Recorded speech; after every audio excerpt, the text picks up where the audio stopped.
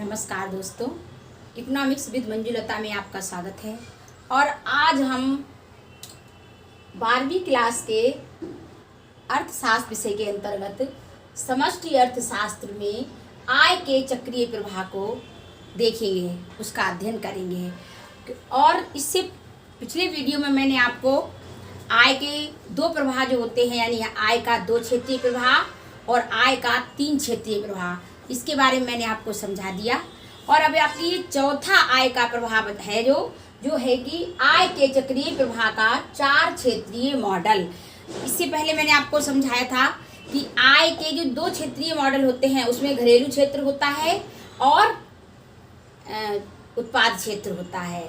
दोनों ही घरेलू क्षेत्र अपना सेवा देता है उत्पादन क्षेत्र को, उत्पादन क्षेत्र से मुद्रा के रूप में उस सेवा के बदले में उसको पुरस्कार या पारितोषिक देता है, जिसको लाभ, लगान और मजदूरी कहते हैं। और बाद में वही सेवा के रूप में वही जो उत्पादन होते हैं उत्पादन के, वही उस मुद्रा को उन्हीं कंपनियों से सामान खरीदने में लगा देते हैं। और इसको, इस अर्थव्यवस्था को बंद अर्थव्यवस्था कहा जाता है। आपको अगर इसको समझना है तो इसके हमारे पिछले वीडियोज हैं, जो इनको आप देखेंगे तो आप इनको अच्छी तरीके से आय के चक्रीय प्रवाह को आप समझ सकेंगे। लेकिन जिसमें विदेशी क्षेत्र शामिल नहीं होता है उसको आय के 2 क्षेत्रीय मॉडल कहते हैं, 3 क्षेत्रीय मॉडल कहते हैं। और इसमें विदेशी क्षेत्र शामिल होता है उसे आय का चक्रीय 4 क्षेत्रीय प्रवाह कहते हैं। क्योंकि जिसमें आयात और निर्यात नहीं होते हैं उस अर्थव्यवस्था को बंद अर्थव्यवस्था कहते हैं, जो कि वास्तविक अर्थव्यवस्था नहीं है। वास्तविक अर्थव्यवस्था होती है, इसमें विदेश का क्षेत्र भी शामिल होता है। आय और व्यय का जो ये प्रभार होता है आयात निर्यात के द्वारा, इसमें उत्पाद और बचत के द्वारा ये आय का प्रभाव बराबर बना रहता है। तो इससे पहले हम जानेंगे कि आय 2 क्षेत्रीय में 2 क्षेत्र शामिल होते हैं, 3 क्षेत्रीय में 3 होते हैं, यानी घरेलू, गृहस्थ और उद्यम यानी उत्पाद क्षेत्र, और तीसरा होता है सरकारी। और चौथे में 4 क्षेत्र शामिल होते हैं।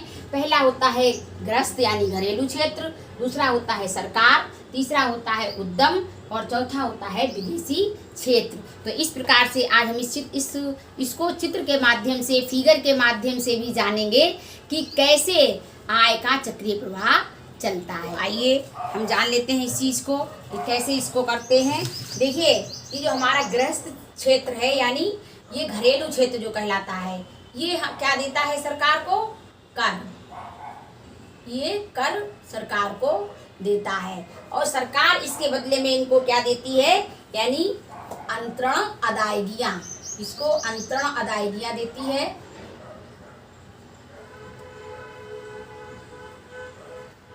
अदायगी। और इसको एक चीज और देती है जो कहलाती है आर्थिक सहायता, यानी सेवाओं पर सरकारी व्यय, सेवाओं पर सरकारी व्यय। और इधर यही हाल ये करती है उद्यम, क्या करता है? सरकार को क्या देता है? निगम कर। कौन सा कर देता है? निगम कर देता है ये सरकार को। और सरकार इसके बदले में क्या देती है?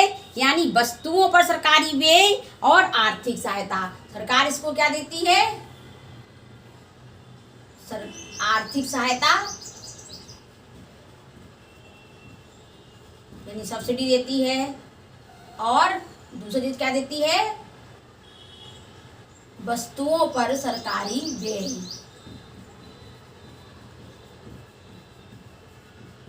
सरकारी व्यय। और इस तरीके से घरेलू क्षेत्र क्या देता है इसको? यानी उत्पादन के साधन देता है, भूमि, श्रम, पूंजी, साहस। और ये क्या देता है इसको? ये इसको साधनों का पारितोषिक, यानी इनको इसका भूमि वाले को किराया देता है, श्रम वाले को मजदूरी देता है और पूंजी वाले को ब्याज देता है और साहस को लाभ। तो इस प्रकार से ये एक दूसरे को इस प्रकार से ये देते हैं। तो ये आय का चक्रीय प्रवाह बचता है। अब देखिए, ये घरेलू क्षेत्र जो बचत करता है वो बचत कहाँ ले जाता है? पूंजी बाजार में। अब ये पूंजी बाजार क्या है? पूंजी बाजार क्या है? पूंजी बाजार जो जिनको हम बैंक के रूप में जान सकते हैं, बीमा कंपनियों के रूप में जान सकते हैं। बैंक क्या है? बैंक वो है जैसे फंडस हैं, बीमा कंपनियां हैं, बैंक हैं, ये पूंजी बाजार के अंतर्गत आते हैं। अब घरेलू क्षेत्र जो इन पर बचत करेगा वो यहाँ पर इसको बचत को कहाँ जमा करेगा? पूंजी बाजार में जमा करेगा। अब उद्यमी लोग भी बचत करते हैं, ये भी पूंजी बाजार में लाएंगे बचत को, और लेकिन बदले में ये क्या लेंगे? ऋण लेंगे। अब सरकार भी ऋण लेती है, सरकार और जो उद्योगपति होते हैं वो ऋण ले लेते हैं। अब सरकार की बचत कहाँ आएगी? वो भी पूंजी बाजार में आएगी। सरकार की बचत, इसको हम सरकार की बचत कहेंगे। अब सरकार इससे लोन भी ले सकती है, यानी सरकार भी ऋण लेती है पूंजी बाजार से।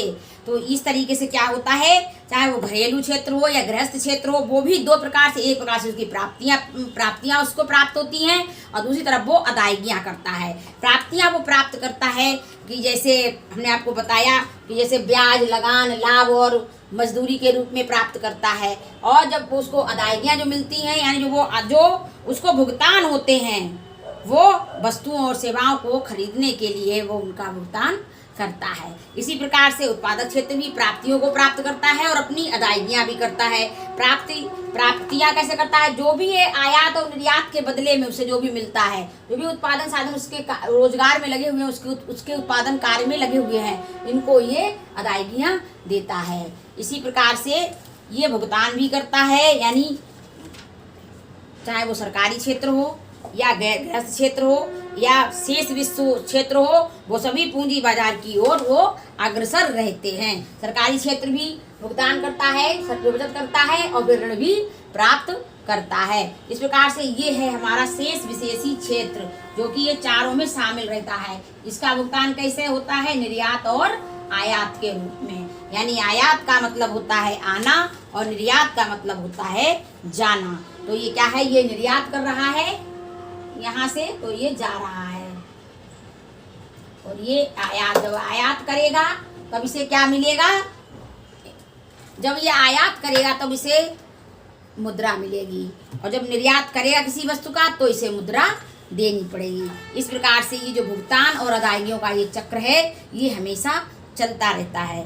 अब हमने आपको बताया कि जो पूंजी बाजार जो है वो क्या करता है, वो जो भी इनकी बचत होती है, चाहे गृहस्थ की हो बचत, चाहे उद्यम की हो बचत, यहाँ पर जमा होती है और सरकार भी अपनी बचत को यहाँ पर जमा करता है इस पूंजी बाजार में। फिर वो क्या करता है, फिर वो ये जो वस्तुओं और सेवाओं पर जो गृहस्थ लोग व्यय नहीं करते, वो यहाँ पर इसको जमा करते हैं। तो इसका क्या मतलब होता है, फिर जो बाद में क्या होता है, जैसे ये भी घिसावट रोकने के लिए ये भी अपनी बचत को थोड़ा रोक लेते हैं और उस बचत को यहाँ जमा कर देते हैं और ज़रूरत पड़ने पर लोन के रूप में भी ले लेते हैं, यानी बचत जो जमा करी है उससे वो ज़्यादा लोन ले लेते हैं। इस प्रकार से क्या होता है कि जो पूंजी बाजार जो क्षेत्र है, ये उत्पादन क्षेत्र और सरकारी क्षेत्र इन बचतों का निवेश के लिए उधार ले लेते हैं, और इस प्रकार पूंजी बाजार से बचत का प्रवाह निवेश के रूप में उत्पादक क्षेत्र और सरकार की क्षेत्र की ओर हो जाता है।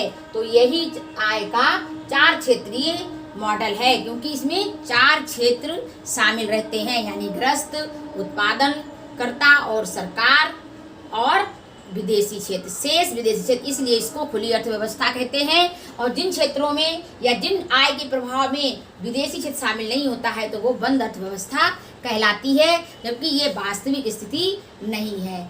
धन्यवाद। इसके साथ ही आपका ये जो समष्टि अर्थशास्त्र विषय के अंतर्गत आय का जो चक्रीय प्रवाह था, ये आपका चैप्टर समाप्त होता है, और हम नेक्स्ट वीडियो में नेक्स्ट टॉपिक के साथ आपसे जुड़ेंगे।